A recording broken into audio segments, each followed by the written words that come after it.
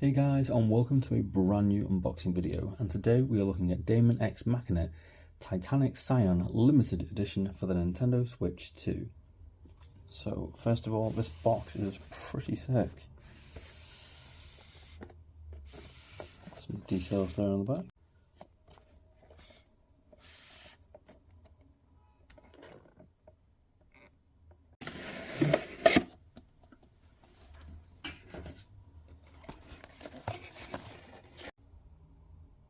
So we get I think this is a CD soundtrack, I think, for this one. Let's just see. Oh no, these are the patches actually. So these are iron-on patches. They're a lot bigger than I expected. The different emblems and factions. Which way does that go? That way. Cool.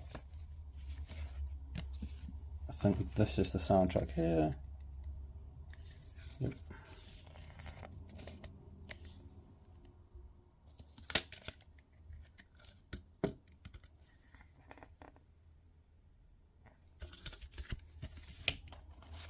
And of course the game itself, which is not a game keycard, although the performance sadly does run a little bit lower than the PlayStation versions, or version, sorry.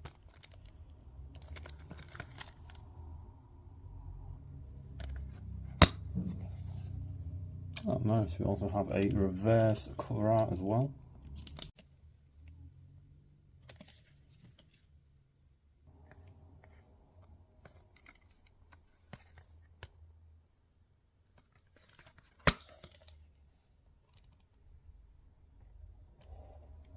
And this thing, I think this might be, is it the diorama? But that on the whole is pretty nice. You probably can't quite really tell from that, but it's like kind of raised. It feels like glass or something. It's probably not actually. No, it's just plastic. Just stand it up.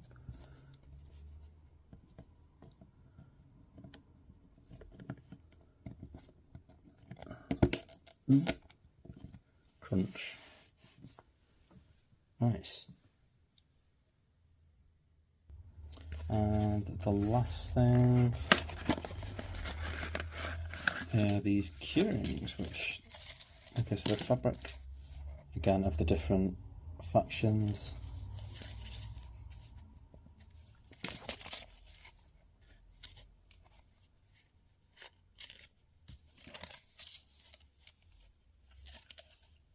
Yeah, both same. Same on both sides.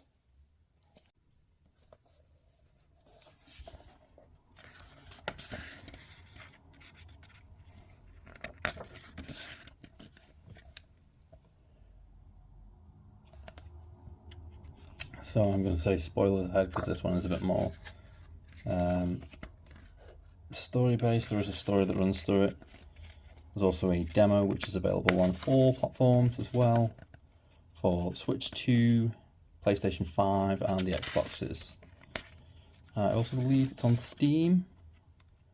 I'm not sure if the demo is available on Steam. I'll have to check that one. Unfortunately, as I say, it only runs at 30 frames on the Switch 2 version, but the collector's edition was exclusive. Nice bike.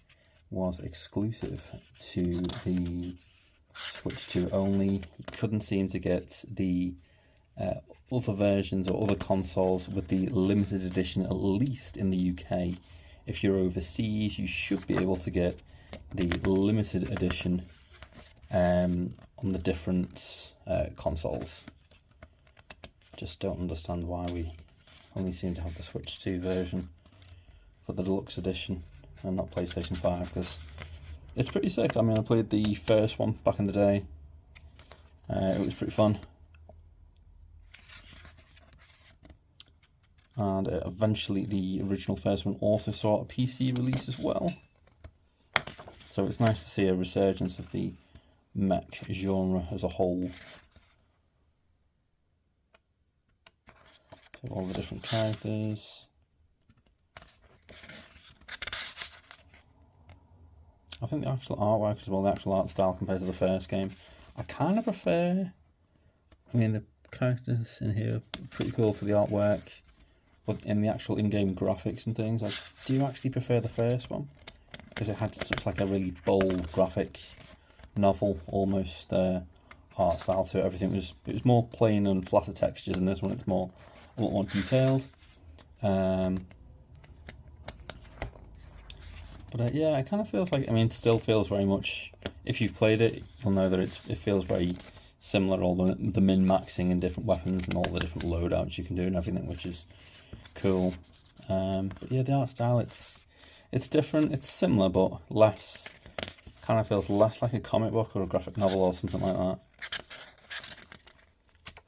This is a pretty meaty art book though.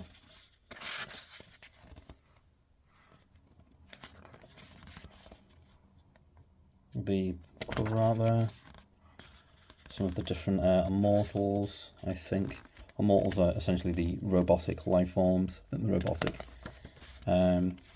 different creatures that you can fight and that you can essentially loot either parts for to upgrade your avatar and enhance your abilities with the outer. Now the outer was different.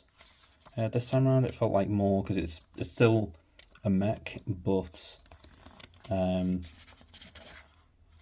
if you've played the first one, you'll know, because you can kind of like, I think it's the heavy and the light sort of version, so they've kind of changed it up a bit, so you're a lot more faster and fluid when you're in your outer, and then you have the heavy mech. I'm trying to remember what it said off the trailers. But as I say, there was a demo that was available, so if you do have a modern day console, I would recommend you check it out. It's about 2 hours long, play through the intro, and then you can do some missions and explore the open world. Is it an open world? Kind of like a planet that you end up winding up on, so I'm not sure if it's, I've only done a couple of hours on that, on the PlayStation version. But it is quite reminiscent of the likes of Xenoblade Chronicles. Does feel quite similar compared to the closed tight arenas or arena type levels of the first one. But all the gameplay, oh, that was a new feature actually, you can also have bows now, which is cool. I do think the melee combat as well seems to be a lot better than the first one, what I noticed. Feels a bit more easier a bit more accessible to kind of get around, because in the first one it felt like you could sort of do like sword clashes and things and stuff like that.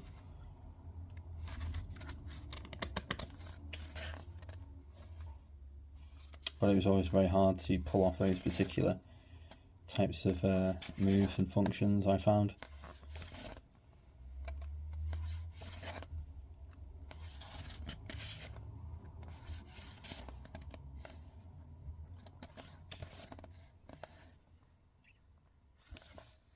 I mean, that alone is kind of like something almost like out of New LA and Xenoblade, almost.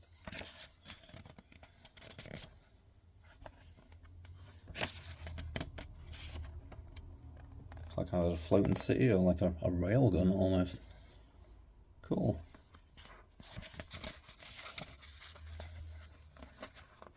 Nice. So guys, there we have it, the full content of Daemon X Machina Titanic Scion Deluxe Edition.